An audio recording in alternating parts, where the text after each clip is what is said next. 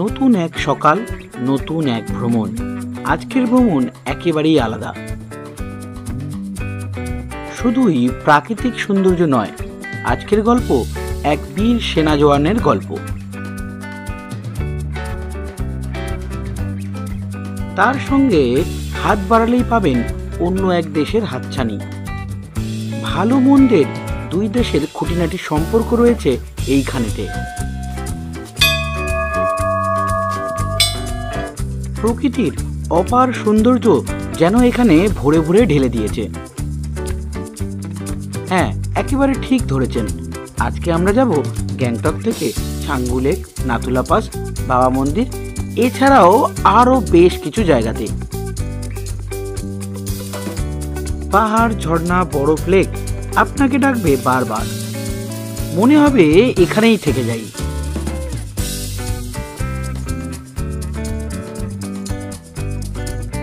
আর যে সকল বন্ধুরা পুরো সিল্ক রুটটা মাত্র দুদিনের মধ্যে ঘুরবেন ভাবছেন, তাদের জন্য রয়েছে পুরো তথ্য। গাড়ি, থাকা, খাওয়া, ঘোরা, এই রকমের ছোট ছোট অনেক তথ্য থাকছে এই পর্বতে। তাই বন্ধুরা, পুরো পর্বটি দেখার অনুরোধ রইল।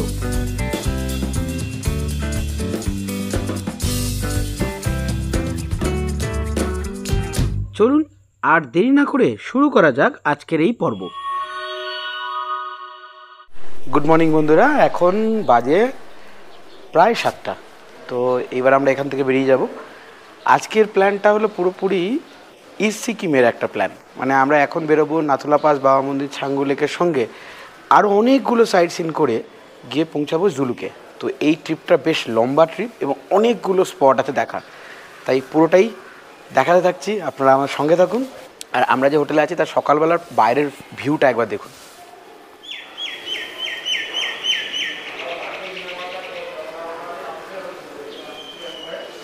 এবারে এই হোটেল ছেড়ে যাওয়ার বেলা ইচ্ছে ছিল আরেকদিন এখানে থাকার, কিন্তু উপায় নেই, হাতের ছুটিও নেই।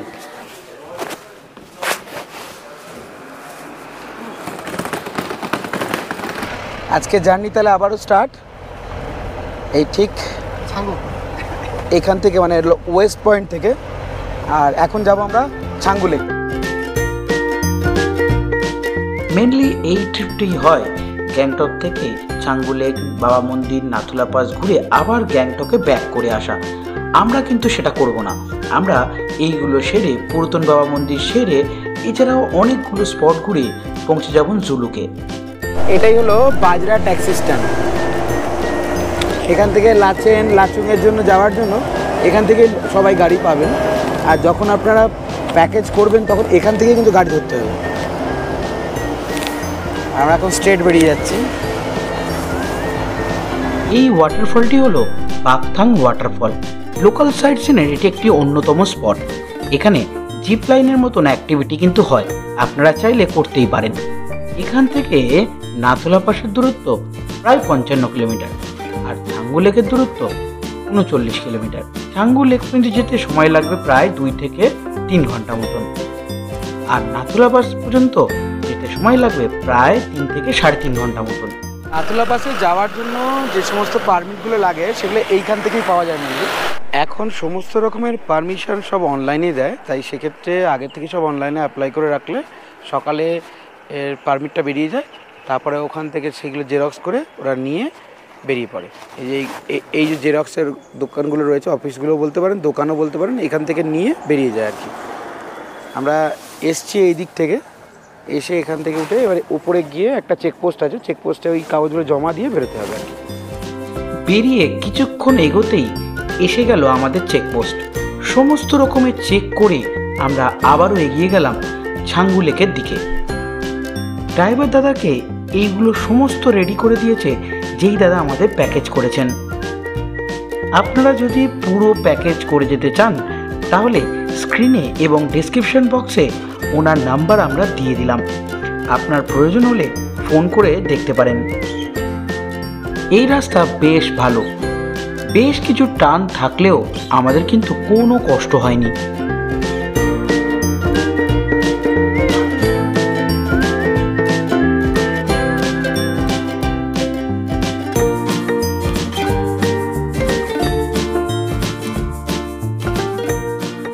এটি হলো স্বস্তিক ভিউ পয়েন্ট। এখানে বেশ কিছু লোকজন নেমে ভিউটাকে এনজয় করছে। আমরা আজকে লম্বা প্ল্যান করেছি, তাই নামলাম না এখানে।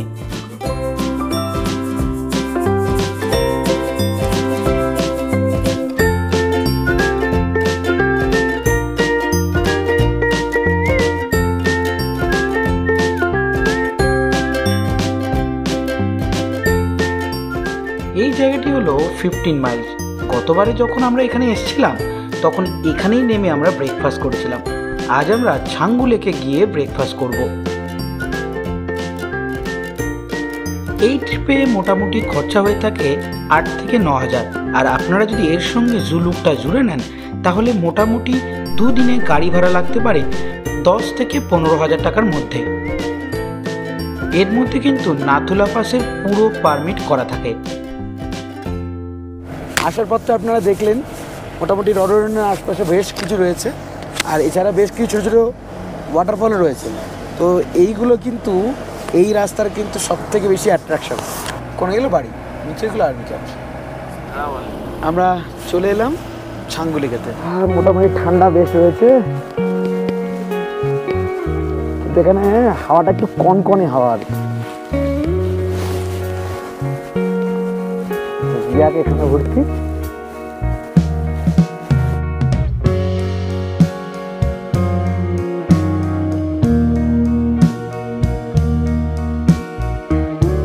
कितने रुपए करके है? 100 रुपीज। कितना टाइम? कितना ले सकते हैं?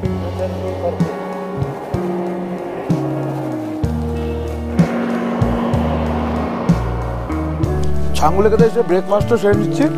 এখন লোকজন আসেনি, মোটামুটি ফাঁকা ফাঁকা আছে। এখন বাজে 9:35। ব্রেড, বাটার, কলা এবং সিদ্ধ ডিম দিয়ে আমাদের ব্রেকফাস্টটা জমিয়ে সেরে নিলাম। ছাঙ্গু লেকে এখানে একটা শিব মন্দিরও রয়েছে।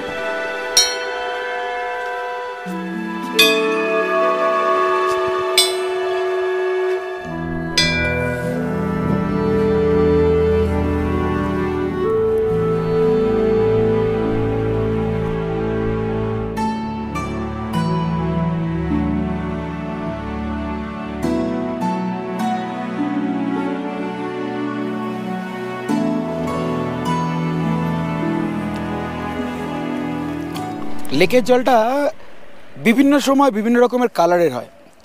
আমরা যখন এসেছিলাম মানে গতবারে, তখন তো পুরো বরফের আশপাশ ভর্তি। লেকটা পুরো বরফের বেশ কিছুটা অংশ একদম জমেছিল, মানে পুরোটাই মানে কি বলবো শক্ত হয়ে জমেছিল। কিছুটা জায়গায় হালকা বরফ বরফ ছিল, কিন্তু বেশিরভাগ জায়গাটাই জমেছিল। এখন যেমন কোনো জায়গায় জমে নেই, পুরোটাই কিন্তু জল একদম টলটলে জল হয়ে রয়েছে। এই দেখুন,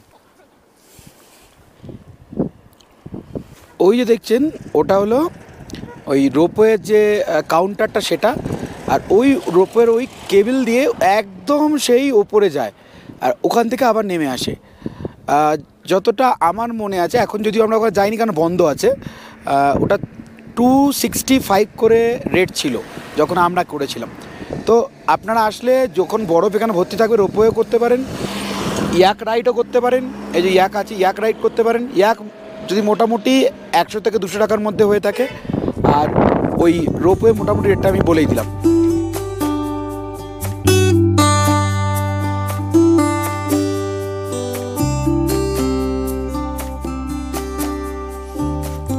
আমরা চলে এলাম একদম লেকের কাছে। লেকের জল কিন্তু একদম পরিষ্কার, পুরোটাই একদম ক্লিন। চাইলে এখানকার ট্র্যাডিশনাল ড্রেসও আপনারা এখানে এসে কিন্তু নিয়ে ফটোশ্যুট করতে পারেন। এই যে এরা করেছে, যেমন কুপলি কুপলি কুপলি কুপলি। এরা কে? এরা তো এখানকার লোক মনে হচ্ছে, আমাদের ওখানকার নয়।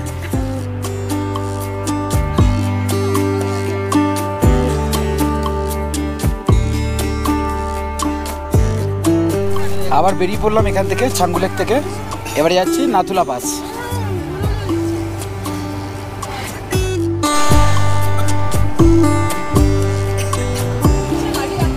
ছাঙ্গু লেক থেকে নাথুলা পাসের ডিস্টেন্স 17 কিলোমিটার, মোটামুটি আধা ঘন্টার আশপাশে লাগে। রাস্তা যদিও খুব ভালো, ওখানে গিয়েও বেশ কিছুটা টাইম কিন্তু লাগবে। to the city streets, we began to feel the fire. We rise like tall buildings as the chemicals they take us higher. এইখানটা যে কি সুন্দর লাগছে আপনাদের কি বলবো। And it's just begun as she puts her hand in mine. ওই যে ওখানে একটা সুন্দর ঝর্ণা বলতে পারেন, বেশ লম্বা রয়েছে অনেকটা। আর ওই দিক থেকে আমরা এসেছি, ওই দিক থেকে এসেছি। এখান থেকে আমাদের রাস্তাটা দুটো ভাগে ভাগ হয়ে যায়। যেটা বাঁ দিকে যায় সেটা হলো নাথুলা বাসের দিকে যায়, আর যেটা ডান দিকে যায় সেটা হলো ওই বাবা মন্দিরের দিকে যায়। এই যে এই দিকটা হলো নাথুলা বাসের দিকে যাব আমরা।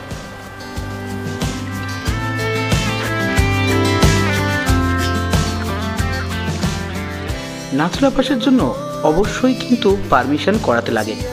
18 বছরের নিচে হলে জন্ম সার্টিফিকেটের জেরক্স, আর 18 বছরের উপরে হলে ভোটার কার্ডের জেরক্স। এখানে কিন্তু আধার কার্ড কোনোভাবেই চলে না। পাসপোর্ট সাইজের 1 কপি করে ফটো এর সঙ্গে অবশ্যই লাগে। ওই যে ওখানে নাথুলা বাস চলে এসেছি প্রায় অনেকটাই। না তোমার বরফ বরফ চাইছিল, বরফ দেখো। গাড়ির নাম্বার এবং গাড়ি কোথায় থাকবে অবশ্যই আগের থেকে ড্রাইভারের কাছ থেকে জেনে নেবেন, কারণ এখানে কিন্তু কোনো নেটওয়ার্ক থাকে না। সে ভোডাফোন বলুন, বিএসএনএল বলুন বা এয়ারটেল বলুন, জিও তো একদমই থাকে না। তাই সেক্ষেত্রে আগের থেকে সব জেনে না নিলে আপনারা অসুবিধায় পড়তে পারেন। এটা হলো পুরো পার্কিংয়ের জায়গাটা, গাড়ি এখানে সব থাকে, দেখো ভর্তি গাড়ি রয়েছে। আর আমরা ওই ঠিক রাস্তা দিয়ে ঘুরে ঘুরে ঘুরে ঘুরে ঘুরে ঘুরে ওপরে যাব। তো ওপরে তো ভিডিও করার কোনো অ্যালাউ নেই, দেখা যাক যাই কতটা ভিডিও করা যায়। ঠান্ডা বেশ রয়েছে মোটামুটি, আশপাশে চতুর্দিকে বরফ পুরো ভর্তি। হ্যাঁ হয়তো জমা বরফ গলে যাচ্ছে আস্তে আস্তে। অতিরিক্ত কনকনে ঠান্ডা এখানে, সঙ্গে অক্সিজেনেরও বেশ ঘাটতি রয়েছে। তাই অবশ্যই শীতের পোশাক এবং অক্সিজেন সিলিন্ডার নিয়ে যেতে কিন্তু ভুলবেন না। লাইনে দাঁড়িয়ে পড়েছি, পরপর একে একে গুটি গুটিতে আমরা এগোতে যাচ্ছি। কী জানি লোক এত আসতে যাচ্ছে বুঝতে পারছি না। হ্যাঁ বরফ আছে, একটু স্লিপ করছে বটে। ওপরে এক পাশে চায়না, অন্যদিকে আমরা। চায়না সেনাদের দিকে একবার হাত নাড়াতেই তারাও আমাদের দিকে হাত নাড়াতে শুরু করলো। বেশ ভালো লাগলো এটা দেখে, যদিও সেই ভিডিওটা আপনাদের দেখাতে পারলাম না, কারণ ওখানে কোনো ভিডিওগ্রাফি বা ফটোগ্রাফি অ্যালাউ নেই।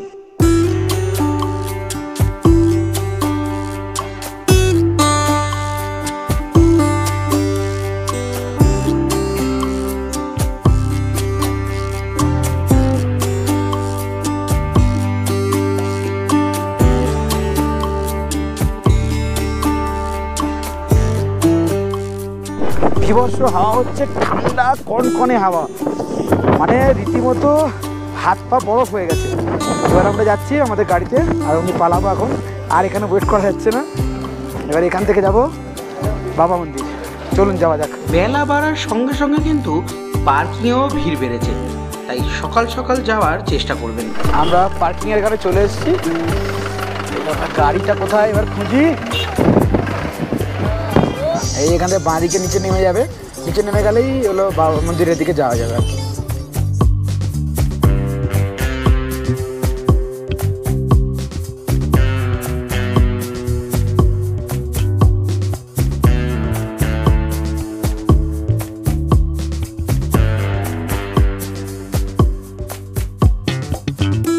চলে এসেছি নতুন বাবা মন্দিরে।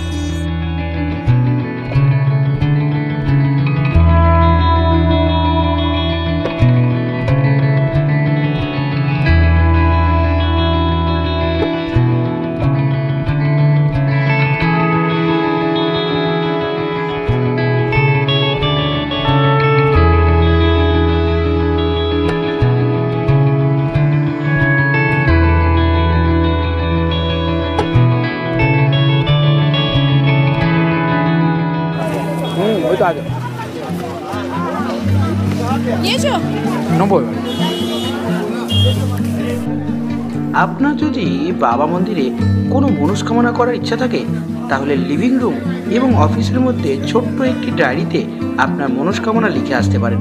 শোনা যায় সমস্ত রকমের মনস্কামনা কিন্তু পূরণ হয় এইখানেতে। বাবা মন্দির আসলে বাবা হরভজন সিং এর কিন্তু নিজের মন্দির নয়, এটি একটি পরবর্তী ক্ষেত্রে বানানো মন্দির। বাবা হরভজন সিংকে সমস্ত আর্মি জওয়ান এবং অফিসার কিন্তু ভগবান হিসাবে মানে। একদিন জেওসি অফিসার বা মেন কমান্ডার অফিসার এসেছিলেন ঘুরতে এখানে তার হেলিকপ্টারে করে। তখন তার হেলিকপ্টারে যিনি পাইলট ছিলেন উনি এই জায়গা সম্বন্ধে ওনাকে পুরোটা জানান এবং হরভজন সিংকে স্যালুট করার অনুরোধ করেন, কিন্তু উনি স্যালুট করেন না। ফেরার পথে তার হেলিকপ্টার ক্র্যাশ করে যায়, তাতে পাইলট বেঁচে গেলেও জেওসি অফিসার মারা যান। তারপরে জেওসি অফিসারের স্ত্রী তার স্মৃতিতে এই নতুন বাবা মন্দির বানিয়েছিলেন। বাবা মন্দির তৈরি নিয়ে অনেক ইতিহাস আছে, তা জানতে হলে পুরো পর্বটি দেখতে হবে। নতুন বাবা মন্দির ছেড়ে কিছুটা এগিয়ে এলে একটা শিবের মন্দির মানে মূর্তি পাবেন, এই যে পিছনে রয়েছে, খুবই সুন্দর, পুরো সাদা মূর্তিটা। আমরা এখন যাচ্ছি ওদিকে।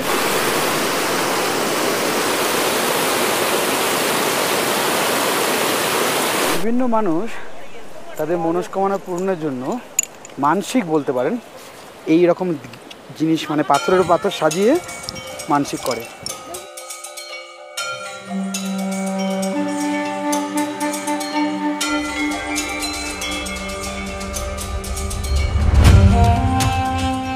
আবারও বেরিয়ে পড়লাম। জানি না কতটা শুনতে পাচ্ছেন, খুব জোরে হাওয়া চলছে, তার মধ্যে আমরা এখন চলতে চলতে এসে দাঁড়ালাম কুপ লেগে। ওই পাটটা হলো হাতির সুরের মতো, আর হাতিটা দাঁড়িয়েছে মানে হাতির পাটা হলো এইটা পা ওটা পা, এটা তার বডি আর ওইটা তার সুর।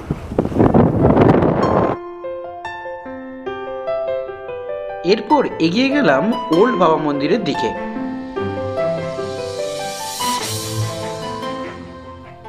খুব জোরে হাওয়া হচ্ছে আর আমরা এসে গেছি এখন পুরাতন বাবা মন্দিরে।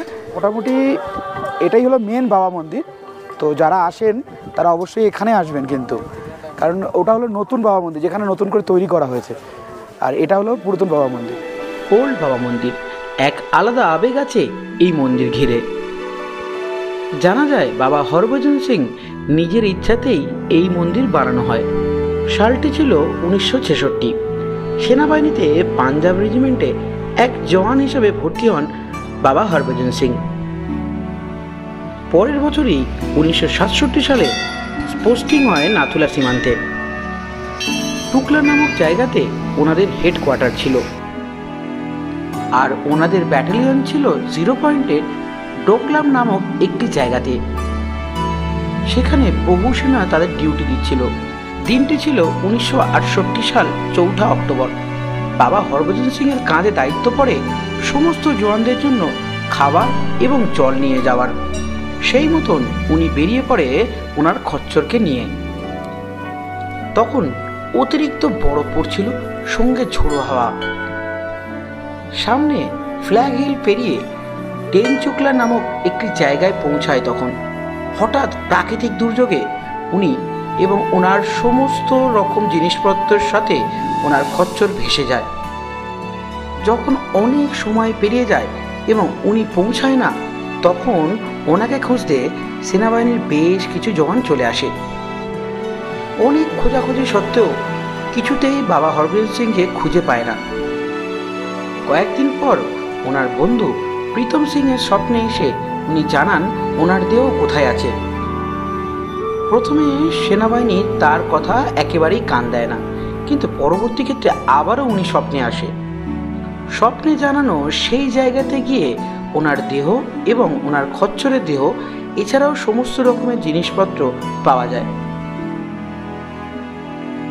উনি আবারও স্বপ্নে এসে জানায় যে চুকিয়াচুং নামক একটি জায়গাতে ওনার সমাধি বানানোর জন্য।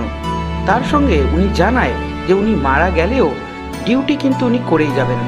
সেই থেকে যখনই চায়নারা কোনো অ্যাক্টিভিটি করতে থাকে তার 3 দিন আগের থেকে কিন্তু আমাদের ভারতীয় সেনাকে উনি জানিয়ে দেয়। যদিও উনি এখন রিটায়ার করেছেন, কিন্তু ওনার ডিউটি এখনও শেষ হয়নি। এই রকম বীর সেনাকে আমার কোটি কোটি সেলাম।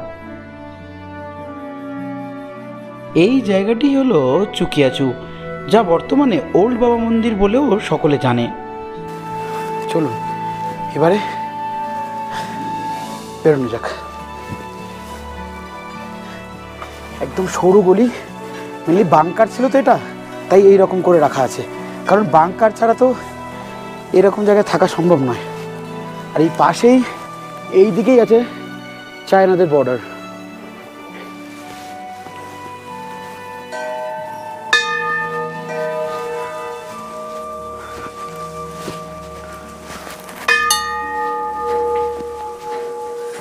ক্যাফেও আছে এখানে, তো ক্যাফেতে আপনারা চা কফি খেতে পারেন। এবারে আমরা এই পুরাতন বাবা মন্দির থেকে বেরিয়ে গেলাম, এবার যাচ্ছি আমরা ইস্ট সিকিমের উচ্চতম গ্রাম, সেটা হলো নাথাং ভ্যালি। ছোট্ট একটি গ্রাম, খুব বেশিরভাগ টাইমেই কিন্তু এখানে বরফ দেখা যায়, কিন্তু যদিও এখন কিন্তু বরফ বোধহয় নেই, কারণ এখানেও বরফ নেই, ওখানেও বরফ না থাকারই কথা।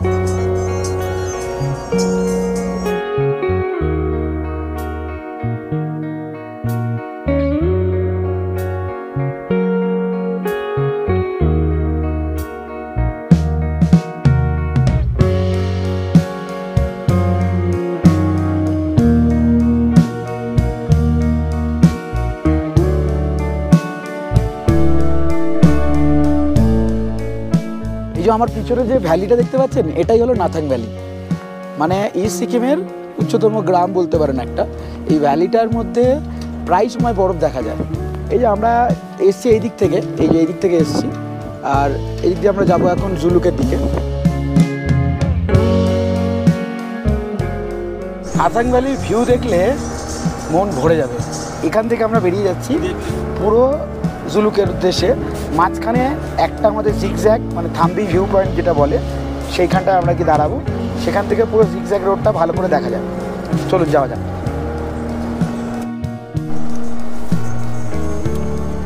रोड तो बहुत अच्छा हो गया, बहुत ही अच्छा है।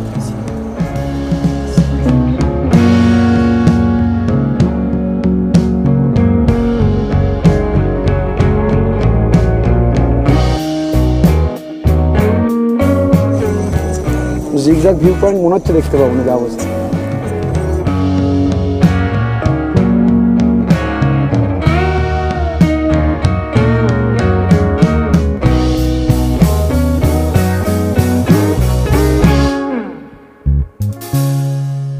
এসে পৌঁছেছি এই থাম্বি ভিউ পয়েন্টে।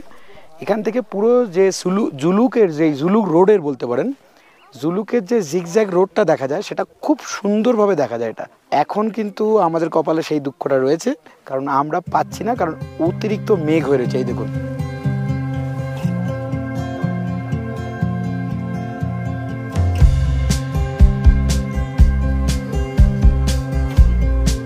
পুরো এরিয়াটা জুড়েই কিন্তু জাস্ট মেঘ আর মেঘ। আর রোডটা দেখা যায় এই দিকটায়, এইখানটায় মিলে দেখা যায়।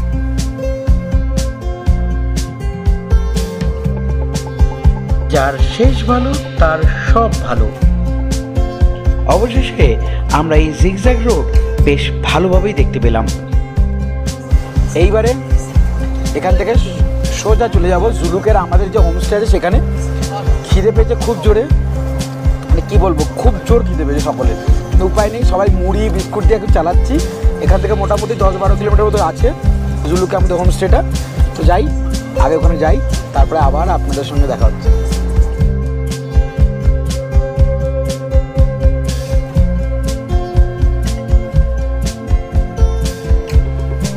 অবশেষে জুলুকে এসে পৌঁছালাম, এখন বাজে 3:39।